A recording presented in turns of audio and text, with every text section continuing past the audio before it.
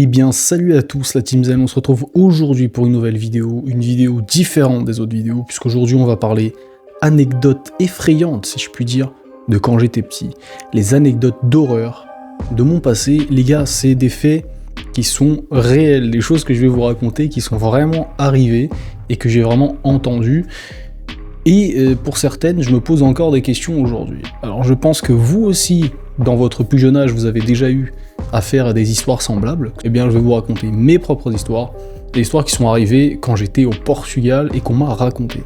Des choses qu'on m'a racontées, des choses que j'ai vécues.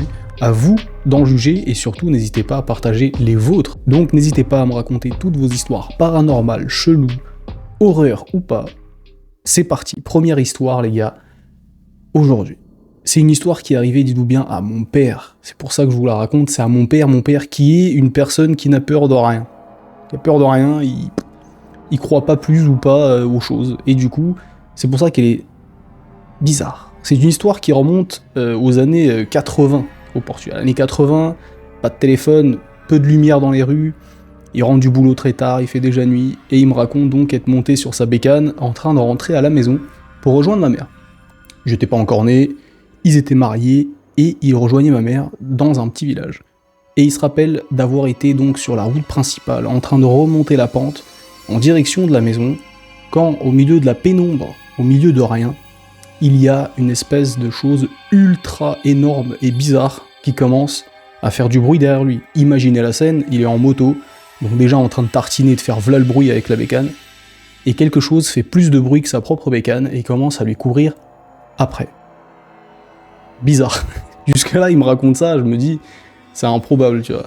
Et il essaye de décrire la scène, donc quand il me raconte l'histoire, la chose ressemblerait à une sorte de chien géant ou de cheval géant, donc un mélange d'un chien et d'un cheval, qui courrait à pleine balle derrière lui plus vite que la moto, jusqu'à ce qu'il ait tellement peur qu'il s'agrippe à la moto et il ferme un peu les yeux sur la ligne droite, et le truc, et il fait le bruit, il mime le bruit, il est complètement en panique, jusqu'à ce que le truc il s'approche tellement de lui, que d'un coup, il m'a dit, le truc disparaît.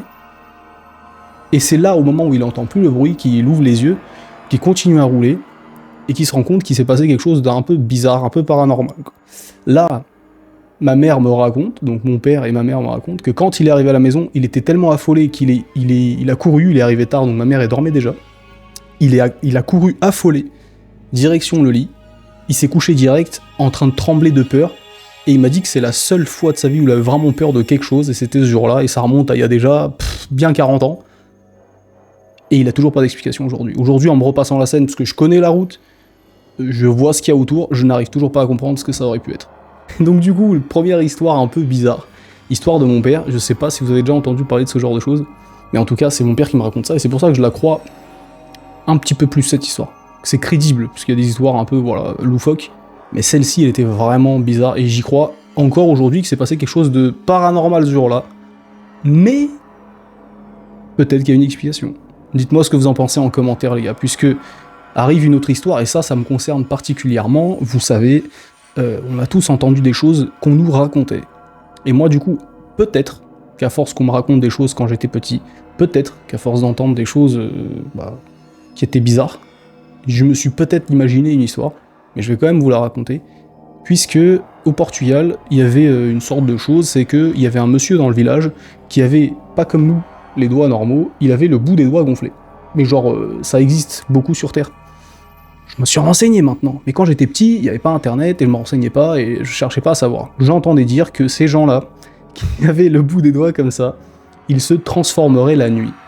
Donc soit on me racontait des choses pour me faire peur, et on choisissait du coup donc la transformation en loup-garou, ou alors en choses qu'on avait l'habitude de voir au village, des chevaux, des ânes, des poneys.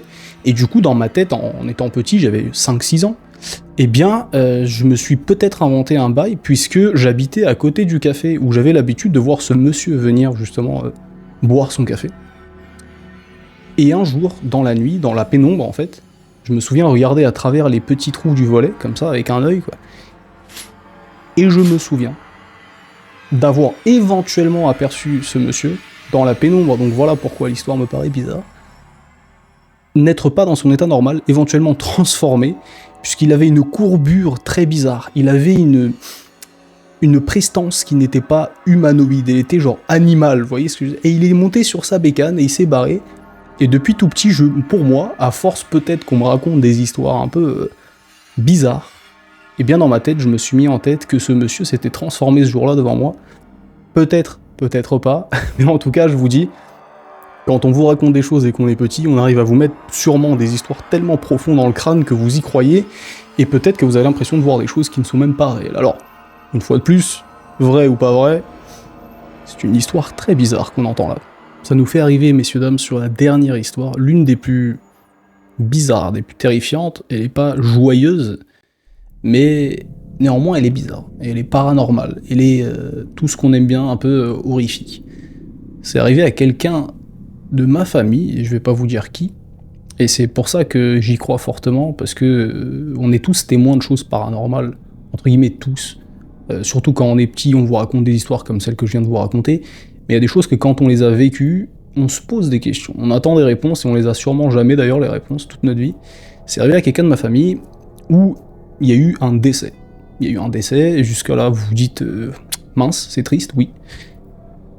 Mais, c'est là où ça devient bizarre, après le décès, tout ce qui est cimetière et compagnie, la personne la plus proche n'arrêtait pas de penser à cette personne, et arrive ce moment-là où justement on se demande est-ce que c'est vrai ou pas, parce que vu qu'elle arrêtait pas d'y penser, me raconte une fois, s'endormant dans son lit, faire un rêve où elle rêve de cette personne.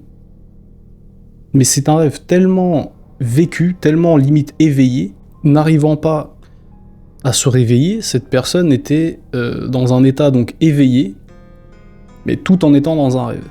Et elle pensait tellement fort à cette personne qui était décédée, qu'elle avait, dans son rêve, imaginé la personne lui marchant dessus, sauf que elle, quand elle, dans son état donc éveillé, voyait les pas de la personne lui marcher dessus, donc vous êtes allongé sur votre lit, et vous sentez quelqu'un qui vous marche dessus, comme si la personne partait enfin de votre tête, donc elle sentait et elle imaginait la couette donc s'écraser avec la pression des pas, et me raconte ensuite que après ce phénomène-là, elle a réussi enfin à ne plus penser aussi activement à cette personne, comme si la personne ce jour-là avait décidé de lui faire comprendre qu'elle partait de sa tête, et qu'elle partait de cette présence qu'elle avait sur cette personne. J'en ai la chair de poule, c'est très bizarre. C'est très bizarre. C'est arrivé à une personne proche, une personne en qui j'ai confiance, et une personne qui raconte pas de conneries habituellement. C'est-à-dire que, à part cette histoire, il n'y a pas d'autre histoire. Et c'est là où vous vous posez la question de savoir, est-ce que il n'y aurait pas une part de vérité, parce que la personne qui la raconte, elle essaie pas de raconter une histoire inventée, elle explique un phénomène qui est arrivé. Alors, je sais qu'il y a des gens qui croient pas du tout, moi ou pas, je vous dirai pas mon avis, chacun pense ce qu'il veut, mais dites-moi en commentaire quand même ce que vous en pensez. Crédibilité, l'histoire en tant que telle, est-ce que vous avez même une explication, ça se trouve, vous êtes expert en phénomènes paranormaux, peut-être?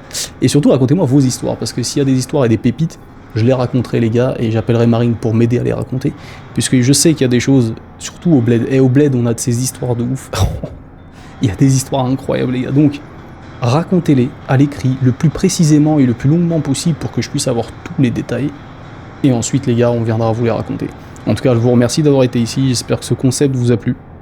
Si jamais, lâchez un pouce, dites-le moi en commentaire, et on se retrouve pour une autre aventure très bientôt les gars. Merci à vous tous. Ciao.